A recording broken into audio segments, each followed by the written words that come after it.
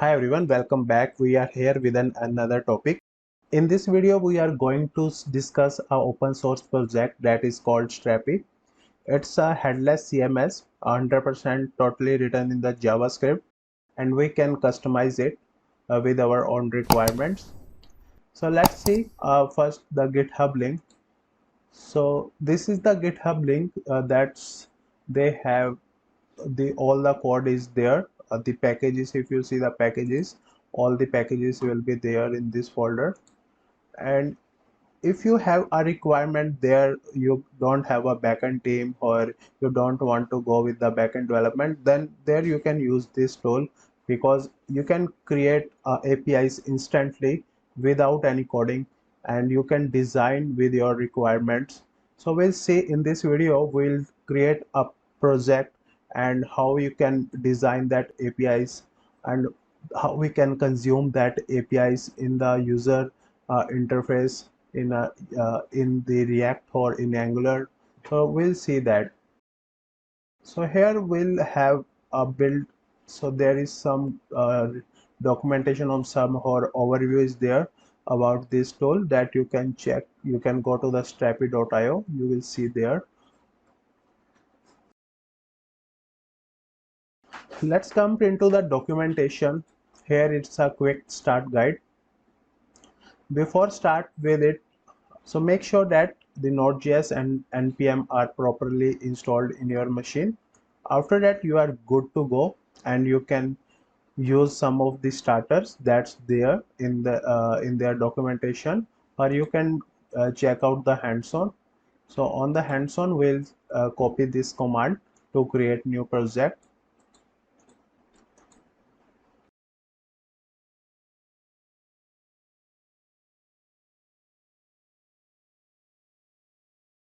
I'm going to create a new some demo app.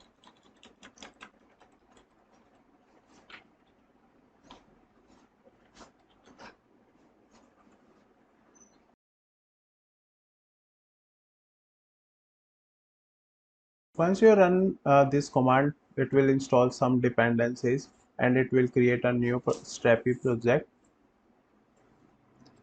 Let's wait. Once this will be finished, I will open that code in the Visual Studio Code. So once your dependencies, your package, or everything has been installed, and it will run automatically whenever you are going to create a new project. So let's open this code in the Visual Studio. Here we have to just write code and dot. It will open in that Visual Studio Code window.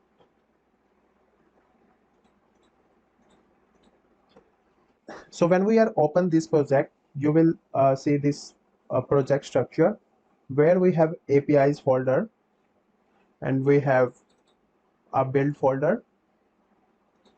So build will be generate whenever you will run that command. Whenever you have to run this tool, it will create a build folder.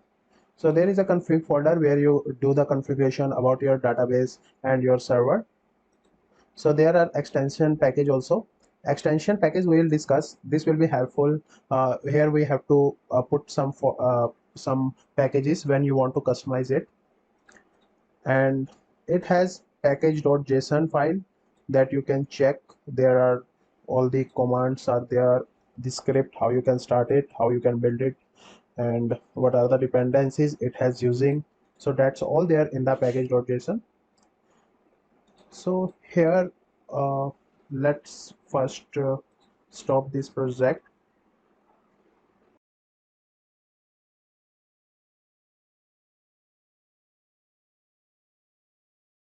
So let's see here, there we have an API folder. Whenever you will create new APIs, that time you will see a new folder will be generated here. So to run this project, you have to go to the terminal, and let's open package.json as well. So there are different environments that you can run this project. So develop you can use whenever you have to develop something, whenever you are running in local in a developing environment, you can use that time on the develop. Strapi start, you can whenever you want to start this project, that time you can use the Strapi Start, or you can use that in production. So build you can use whenever you want to, you have make any changes in the admin UI or something, and you can create a new build folder by running this command. So let's simply we have to, you know, uh, develop it because we are using in our local. So let's run this Strapi develop.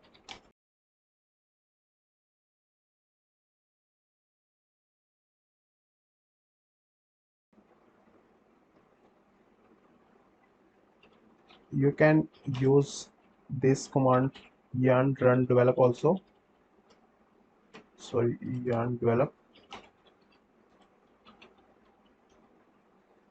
so it will run this Strapi develop command.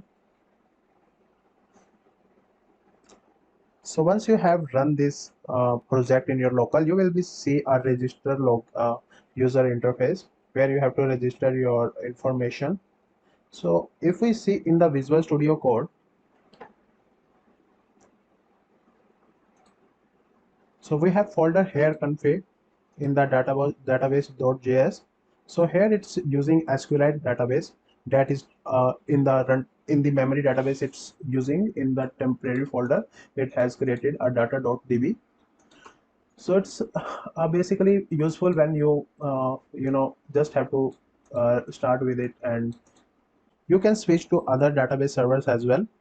For example, if you are using MongoDB, then you can put it all the information of the MongoDB server, the host URL, the password here. That we'll see in the documentation.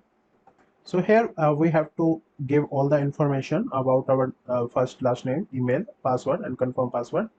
Email, you can use any your organization email, or if you want to use personal email, that also will be a there is no any problem, because it's your database, your server, everything. You are going to manage it.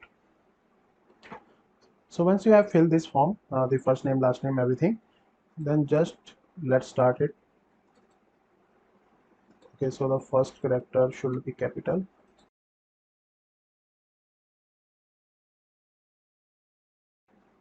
So once you have created, let's start. You will see a user interface, the admin is interface like this. Here there are couple of options: settings, plugins, marketplace. So our main agenda is to create some APIs. Now to just start with it, let's go to the content type builder.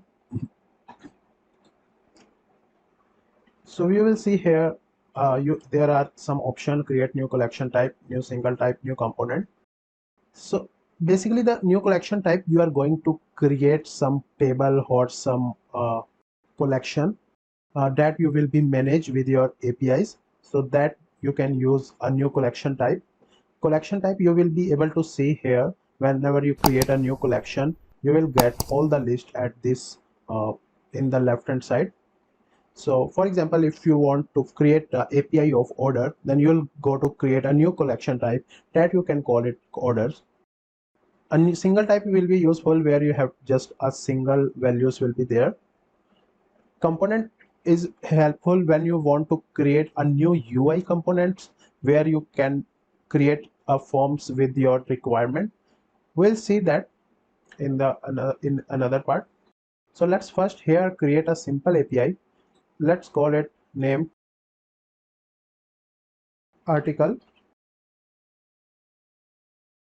So I'm going to create a API that calls name article.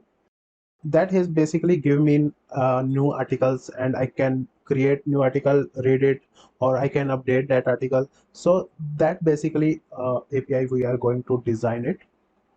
So once you have given the name, you can go to the continue. So now you will be able to see here the fields that you want to give in that API.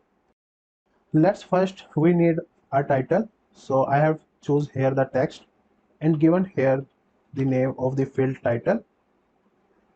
On an advanced setting, you can give default value, the required field. Yes, we required this should be not null, not blank. And after that, here let's come to basic setting. So if you finish this model, this pop-up will be goes out, and we have to add another field as well. So when we click on finish, you can go to here, add another fields. So we have given the title of the article, and let's add some other fields, more fields as well. So here we have given the description. In the advanced setting, it's not required, it's optional. And yeah, long text.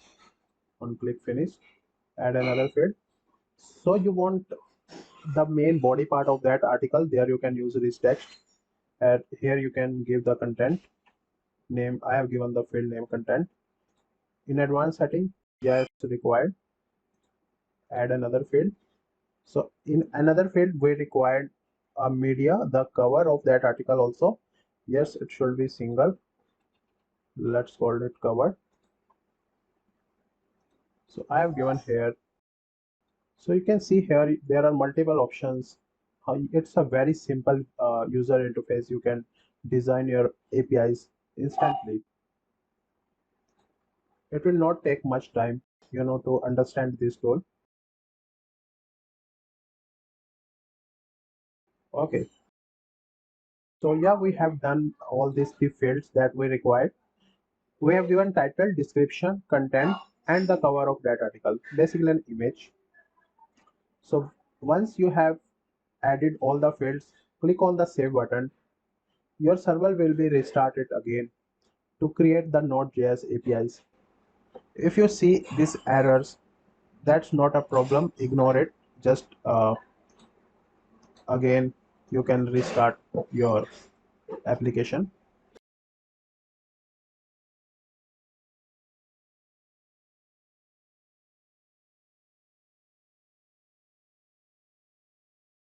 So here you can give your information.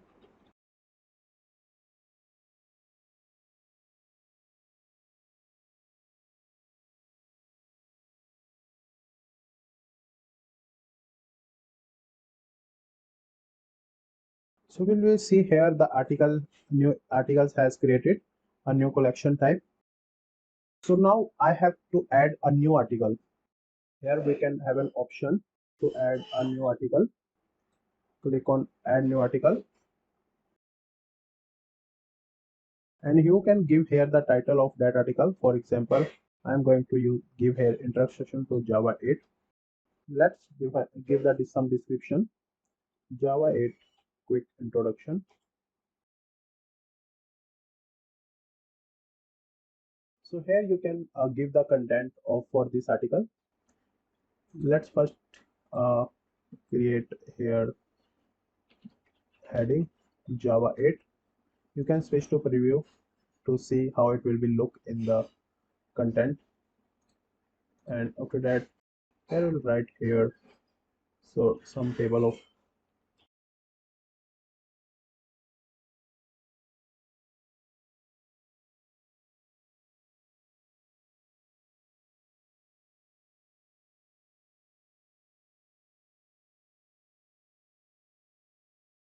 Here you can use.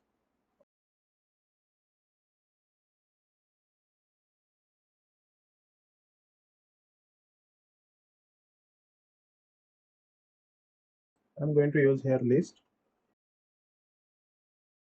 lambda expressions, functional interface,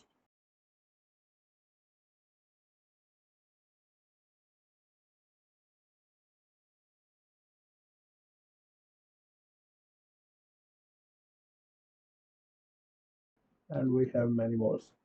And if you go to the preview section, you will be able to see how it will be look like. Go to add here a new.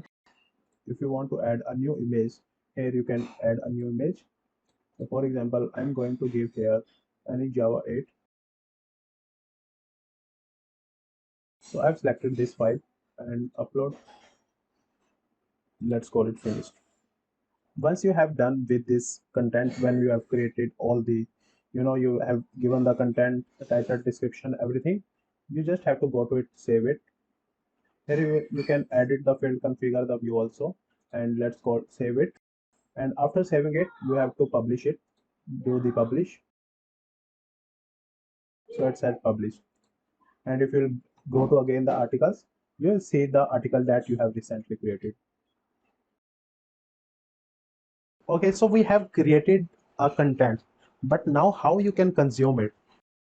So for example, you are going to create a blog website or any other website, the educational or any product, the or so you have created a backend content here, the Strapi.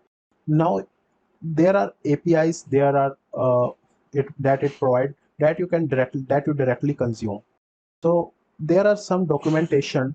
You can go to that marketplace. Here you will found the documentation. Once you install the documentation, there is a Swagger UI where you can find all your APIs that you have, the collection types that you have created in the step. So let's install this documentation. Click on download it. So here we have documentation has been installed. Our documentation plugin we have installed here, and you can see in the plugins there is documentation link has created. So once we have entered in that documentation, here we will see a documentation part. Here you can open the documentation. So for example, we have opened here the documentation. You will get see all the APIs here. In the documentation, you can also make it restricted. Here you can turn it on and you can give it your password. Whenever you will enter to this Swagger URL, it will ask you the URL. It will ask you the password. So now here this articles API that we have created, if you see here the articles, so we are on the development server and let's try it out. So you'll get a response like this. Once we have executed, there is some problem because it's not have exactly the access the token. So let's do it. Once go to the into the Strapi, you have seen here the settings. In the settings, we can go to the roles, user and permissions plugin. In the public, we can give here all the public access. For example, in the content manager, I have one articles. So let's find where the articles is there. And in article, we can give find and find one to give it access to public. And here we have a setting we can do is authenticate in rate limit. If you want access in some particular range, if so there is no any loop on this API, then you can give it the rate limit also. And yeah, then we can save it. Let's open the Postman.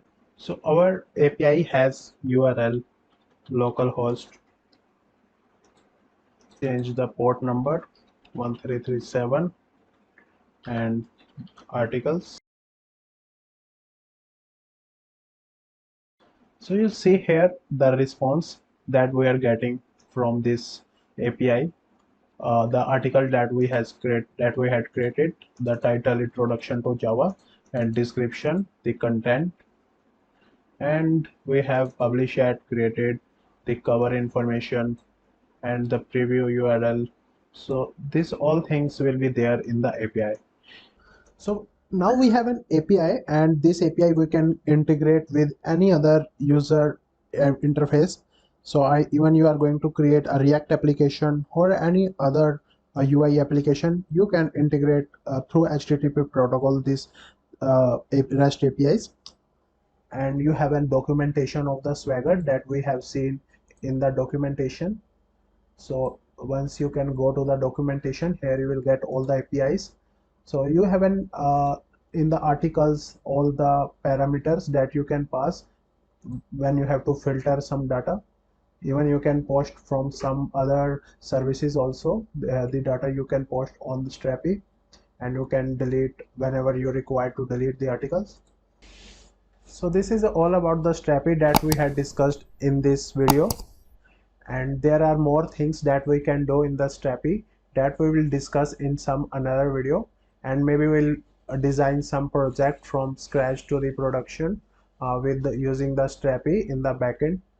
And for the user interface we'll choose some another language. And in the content type builder we have components that it's interesting thing we'll discuss in some another part. So yeah, if you are new to this channel, please hit the subscribe button and share with your friends. And yeah, thank you so much for watching this video.